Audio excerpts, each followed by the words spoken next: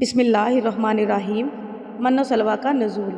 قرآن مجید نے اس بدبخت قوم کی نافرمانیوں کو بڑی تفصیل سے بیان کیا ہے تاکہ آئندہ آنے والی قومیں اس سے عبرت حاصل کریں۔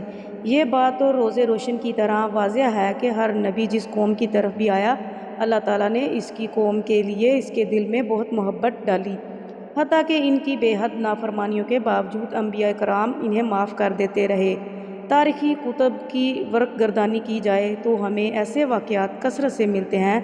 حضرت موسیٰ علیہ السلام بھی اسی طرح انبیاء کی اس خاص صفت سے نوازے گئے تھے، اسی لیے فرعونیوں پر بار بار عذاب آئے۔ آپ علیہ السلام اپنے رب سے عذاب اٹھا لینے کی دعا کرتے اور ان سے عذاب ختم ہو جاتا۔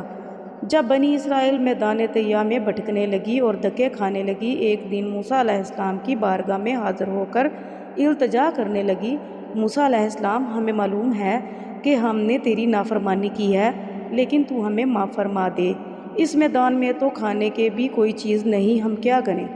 چنانچہ موسیٰ علیہ السلام کو اپنی قوم پر ترس آ گیا اور آپ علیہ السلام نے دعا کی تو ان کے لیے آسمان سے پکا پکایا کھانا نازل ہوا، جس کا نام اس طرح قرآن مجید میں ذکر کیا گیا ہے، اور ہم نے تم پر من و سلوہ اتارا۔